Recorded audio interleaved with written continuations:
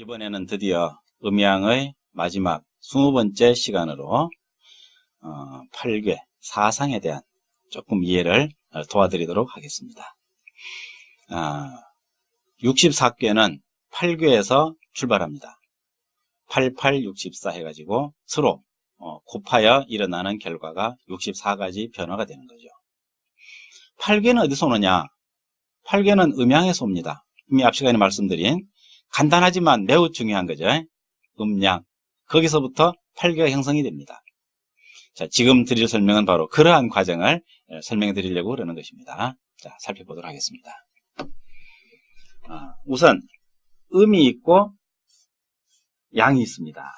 음양. 음이 있고 양이 있다. 이렇게 말하면 되겠습니다.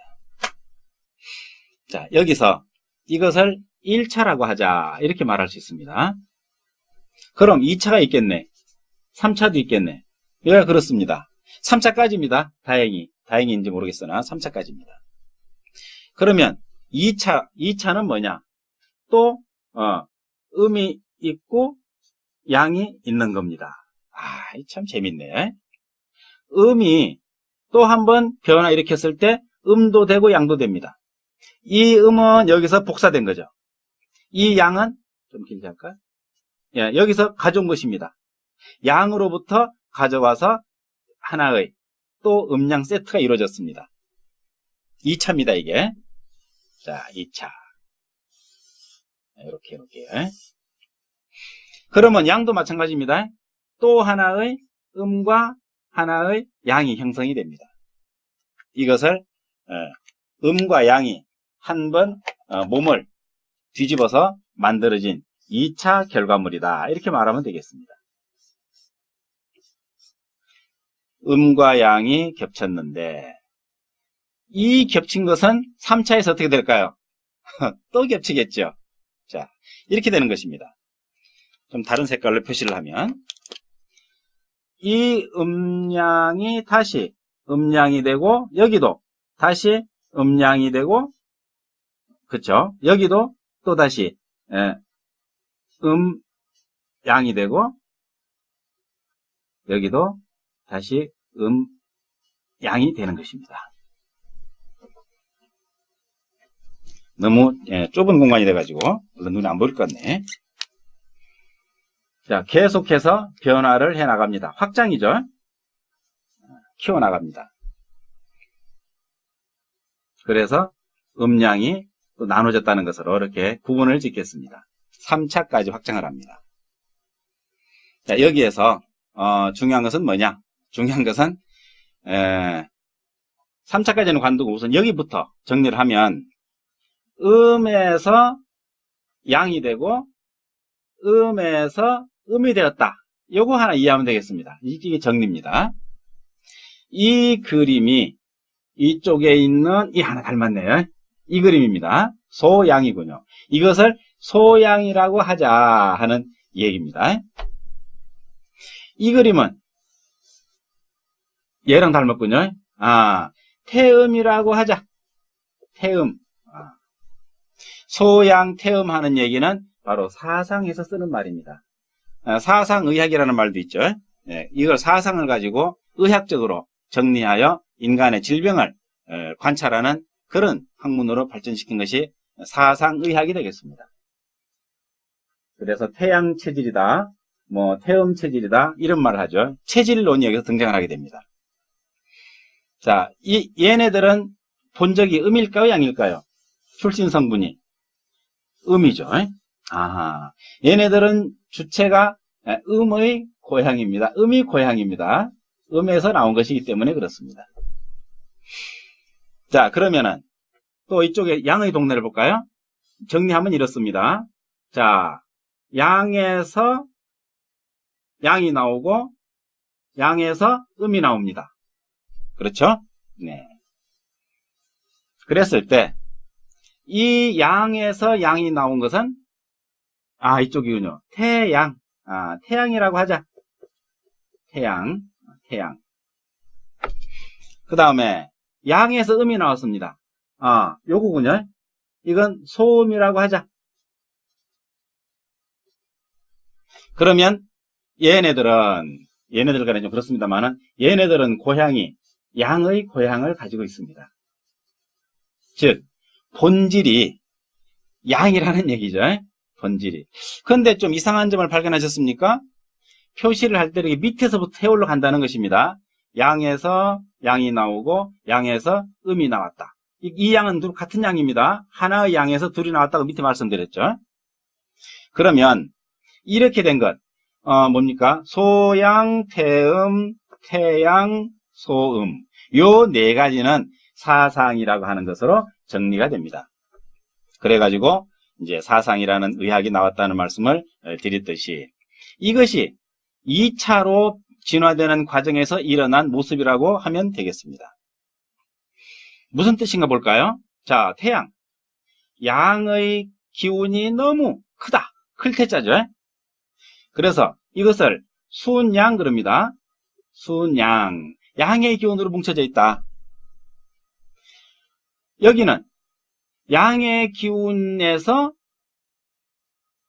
음의 기운이 생겼네요. 자, 이 주체는 양이에요, 음이에요? 양이죠. 그러면은 소음이란 말은 양인가요, 음인가요? 당연히 양이네요. 이게 무슨 뜻이에요? 음이 적다. 이 소리네요.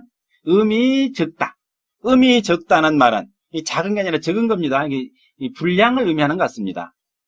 작다와 적다의 차이입니다. 작은 것은 사이즈를 말하죠. 이게 적은 것은 분량을 말합니다. 좀 다르네요. 자, 이래가지고 얘는 원래 양체인데 음이 조금 생겼지만 음이 좀 적어. 그런 뜻이죠. 근데 반대로 이쪽에는 어떻습니까? 태음은 음으로만 되어 있기 때문에 순음이라고 합니다. 순음. 그 다음에는 소양은 어때요? 원래 음인데 양이 생겼습니다. 그러면 양이 당연히 적겠죠. 이 자체가 음이기 때문에. 그러면은 양이 적다 이 소리죠. 그래서 소양은 양이 적은 음체의 형태다. 이렇게 이해를 하면 되겠습니다. 그런데 인터넷을 검색하다가 놀라운 걸 발견했습니다. 태양, 소양은 양이고 태음, 소음은 음이다. 이런 이야기가 의외로 많이 나옵니다. 왜 그런가 생각해 봤더니 이 괴상을 생각하지 않고 이름만 생각한 거예요. 즉 비슷한 말끼리 모아놓은 거죠. 자, 팔괘는 말입니까? 뜻입니까? 팔괘는 이름이 아니라 뜻이죠. 팔괘가 뜻이면 뜻을 맞춰야 될 거 아닙니까? 그런데 이름에 따라서 태양, 소양, 양, 태음, 소음, 음. 전혀 안 되는 얘기죠. 이건 말이 안 되는 얘기입니다. 아마 글 쓰는 사람도 이런 거에 대해서 혼란을 하시지 않겠나 이해는 됩니다. 이해는 되지만 정확한 건 아니죠. 이런 걸로 인해서 계속 이런 주역이 시발점부터 개념이 정리가 안 되면 그것도 좀 곤란하겠습니다. 그래서 우리 음양을 공부하시는 우리 시청자들께서는 여기에 대해서 명확히 알고 개념에 혼란이 없도록 하시면 좋겠습니다. 이것이 사상입니다. 사상에다가 한 번 더 이제 뒤집으면 팔괘가 나오죠.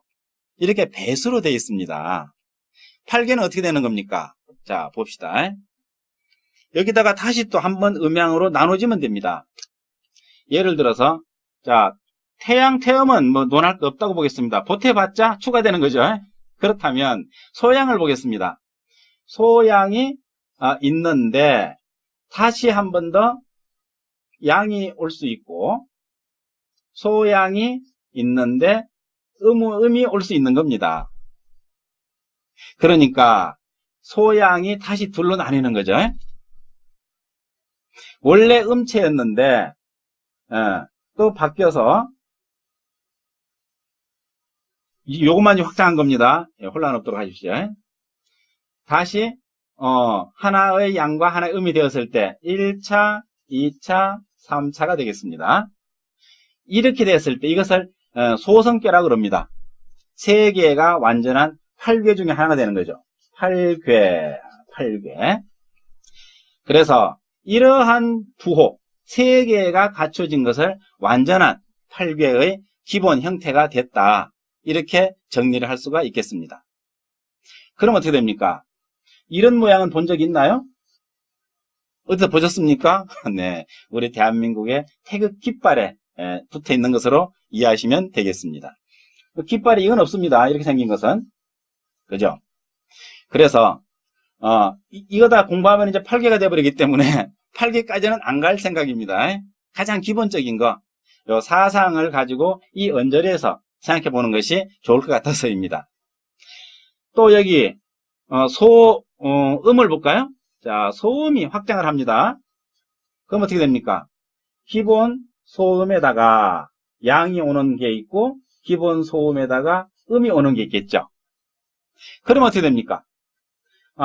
요렇게 생긴 것은 우리 태극기에서 볼 수 있는 거고, 요렇게 생긴 것은 태극기에는 안 보입니다. 자, 안 보이는 것은 또 별도로 배우면 되겠죠. 그러면 기본형으로 여기 태음에서 3번 되면은 이렇게 되겠죠. 알겠잖아요. 태양에서 또 한 번 양이 됐다 이거죠. 이렇게 됐습니다. 그러면은 알겠구나. 또 다시 이것이 마지막에 양이 될 수도 있겠죠. 자, 이렇게 돼서 양, 이런 게 또 하나 있습니다. 얘는 다시 또 음량으로 나눠졌을 때 음이 하나 주어진다면 이렇게 되겠군요. 해서 하나, 둘, 셋, 넷, 다섯, 여섯, 일곱, 여덟, 이것이 바로 8괴가 되겠습니다. 이 중에서 이쪽에 있는 거는 우리 태극기 없는 거고, 이쪽에 있는 거는 태극기 있어요. 여기도 마찬가지네요. 재밌네요. 각 그룹마다 하나씩 가져와서 4개의 괴를 우리 태극기에다가 갖다 붙여놨구나 하는 것을 알 수가 있습니다. 아주 초보적인 음향론입니다. 자, 이렇게 하나씩 왔죠. 대표로. 이 집의 대표 여기 있습니다. 이렇게 모아놓은 것이 태극기구나 하는 것으로 이해를 해봅니다. 태극기를 한번 이제 그려볼까요? 태극기 그리려고 이쪽을 비워놨습니다. 태극기는 이렇게 생겼죠. 맞나요? 네, 맞습니다. 이렇게 하나 더 있으면 되겠죠? 이렇게, 이게 안 이쁘네요. 이렇게 되는데, 아무렇도 이해만 하시면 됩니다. 얘는 뭡니까? 양. 얘는 그렇죠? 사실 우리나라를 깃발을 태극기라는 좀 잘못된 감이 있습니다. 태극기라고 하면 이것만 있어야죠. 이게 태극이거든. 그런데 뭔가 붙어 있잖아요, 여기 사방에. 그렇다면은 이것은 태극 4괴기라고 해야죠. 참고로 중국의 깃발은 오성홍기라고 합니다. 오성홍기. 별 5개의 붉은 바탕이라서 오성홍기다 그러죠. 대만 깃발은 청천백일기라고 합니다. 청색 바탕에 하얀 태양이 하나 있다. 뭐 이런 식으로 해서. 우리나라는 태극 4괴기라고 해야지 그러면. 태극기가 아니라 태극 4괴. 왜 괴가 4개밖에 없으니까. 이거 이유 있는 주장입니다. 태극 4괴기라고 해야 옳지. 이게 왜 태극기야. 그러나 뭐 어쩌겠습니까. 이미 대한민국 기는 태극기라고 세계 만방에 공표를 했으니 뭐 달리 방법이 없겠습니다. 이제 뜻을 아는 사람만 웃겠죠. 남의 웃음거리가 되는 것은 참 아쉽습니다. 그러나 어쩌겠습니까? 내 마음대로 할 수 있는 것이 아니기 때문에. 그나저나 4괴가 어디가 붙은지는 아십니까? 뭐 여기. 네, 그렇죠. 뭐 맞습니다. 그걸 정답이라고 그럴까요? 좀 더 눈여겨보면 이제 공부했으니까 8괴 모양은 알았다는 얘기죠. 자, 한쪽 양 중에 양, 이게 양 중에 양이죠. 이 표시를 보세요. 양. 여기가 양이, 여기도 양, 다 양인데 여기가 양이 제일 많네요. 참고로 이럴 경우에 임의의 선을 그어봅니다. 대각선 이렇게. 그렇죠. 그려놨을 때 이쪽은 양이 제일 많은 곳이에요. 깃발에 양이 제일 많은 곳이라면은 당연히 양을 표시하는 게 맞겠죠. 수은 양에다가 또 양이 추가됐으니 얼마나 양입니까? 그래서 이렇게 표시하면 됩니다. 기억하는 비법이라고 말씀드릴까요? 그러면 여기는 음이 제일 많겠네. 그죠? 요렇게 제 양쪽으로 보십시오. 여기는 쪼만하고 그림이 이상합니다만 어쨌든 뜻은 아실 겁니다. 여기는 음이 되겠네. 그러면 이렇게 음으로 돼 있는 괴를 그리면 되겠네. 간단한데요? 네, 간단합니다. 뭐 어렵겠습니까? 자, 그래서 두 개가 나왔습니다. 네, 이렇게 두 개를 더 그려야 되는데, 자, 그러니까 요 글자, 요 괴 하고 요 괴가 이제 필요하죠. 들어갈 자리가. 자, 그러면 요쪽에는 이제 이렇게 나눠볼까 또? 자, 나누는 것도 기술입니다. 어떻게 나누냐에 따라서 보이는 게 달라집니다. 이렇게 나눠보겠습니다. 이렇게 나누면, 자, 이쪽에는 어떻게 되겠느냐? 양이 많을까요? 음이 많을까요? 이렇게 물어보는 거죠. 음이 많을 것 같아요.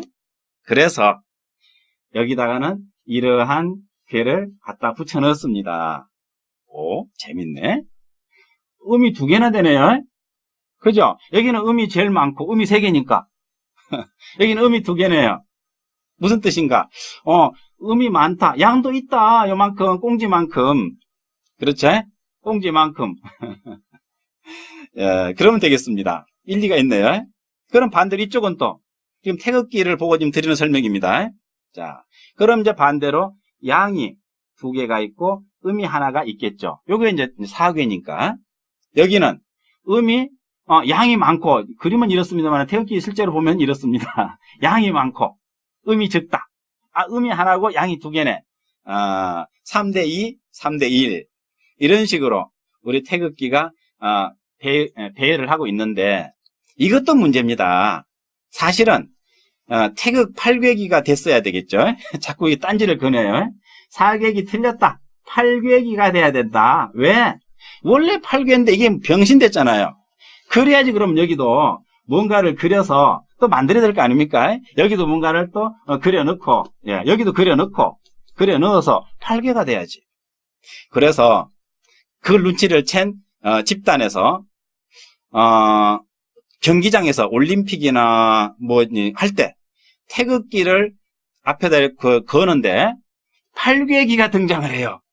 그걸 보면서 저 사람들은 우리 대한민국의 깃발이 4궤기인 거에 대해서 아쉬움을 갖고 있구나 하는 것을 생각해 봤습니다. 하려면 제대로 하고 말려면 아예 말고 그랬어야 되는데 절반만 딱 갖다가 놓고 이렇게 해놨습니다. 뭐 이런 거에 대해서 아마도 금세기에는 개선될까 싶지는 않습니다. 그래서 포기하고 그냥 그런 줄만 알고 눈에 보이진 않지만 나머지 보이지 않는 4개의 괴까지 다 있다 생각하고 알고 있으면 더 좋겠네요. 구체적인 뜻이나 의미는 생략하겠습니다. 태극기 공부하는 건 아니니까. 다만 음양으로서 구성되어 있는 깃발을 가지고 있는 나라는 대한민국이다. 대한민국은 음양의 나라다. 음양의 나라는 역학의 나라다. 역학의 나라에는 역학자가 최고다. 이런 사기를 치면 안 되죠. 예, 농담입니다. 이제 음양 공부를 했으니 이 정도 여유를 좀 가지고 좀 더 다양한 관찰을 하시라는 뜻으로 이래 마무리를 지어보도록 하겠습니다. 음양 공부 반복해서 잘 하셔가지고 다음 단계를 이어갈 수 있는 준비가 되시기 바랍니다. 고생하셨습니다.